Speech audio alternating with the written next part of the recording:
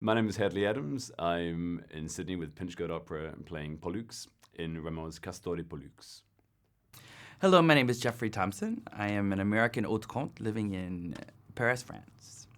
Well, my voice type is I'm an haute conte, which is basically a high tenor in modern terms.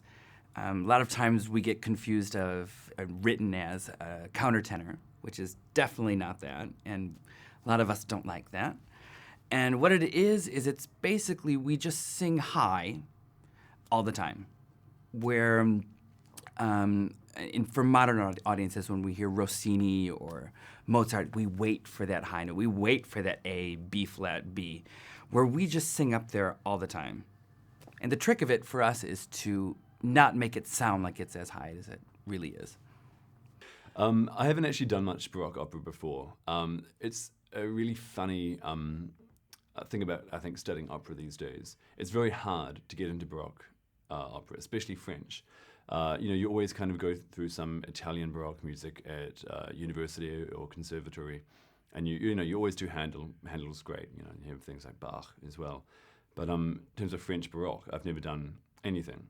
And so when I auditioned for Anthony, it was kind of a trial by fire. He said, and so he gave me 2 arias from Castor Pollux to learn, and I went through them, and it's such an exacting style. But because I have very few preconceptions about it, you're able to feel quite free when you perform it, which I think is a great misconception about Baroque music, having even just from these few weeks here, is that it's very dainty and frilly and feminine, whereas Castor Pollux is an opera with, in terms of libretto, some of the most gut-wrenching,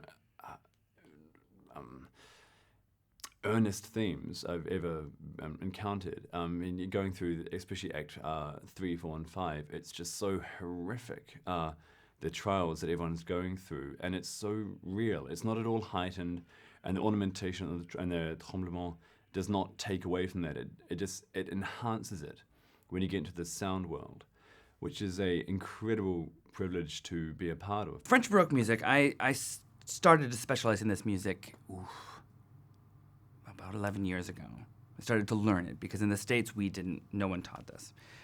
And so I started working with Les Arts Florissants, and that's how I learned all these little tricks and all these little styles. It is very, very, very florid. It's not like Italian Recital or Italian Baroque opera, where you have your Recital, you have your aria, you have your Recital, you have your aria. And I think a lot of singers like that because you don't have to think as much in Italian recitals. Where in French recital, it's very lyrical. You have got to think all the time. There's lots of tricks. You have the le port de voix, les tremblements, and it's always very intricate. Well, Pollux is on stage a lot, and I call the opera Pollux and Castor. Maybe that's just me and my insecurities. No, but it's a tricky one because he has a lot to. He says a lot. Whereas Castor has all the arias. That's the haute conte voice is built for those arias. It's florid. It has expression and grace in it. Pollux is even his aria and all of his recitative is very factual. And it serves a purpose. And he doesn't waffle. He's very, very strong. Here's a little tremblement for you.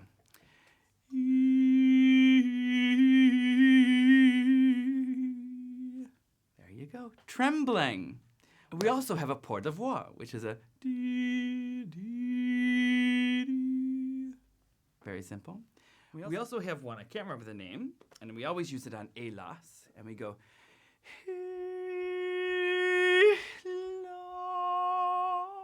and what we do is right before the las, we crack the voice to give a sort of a last feeling.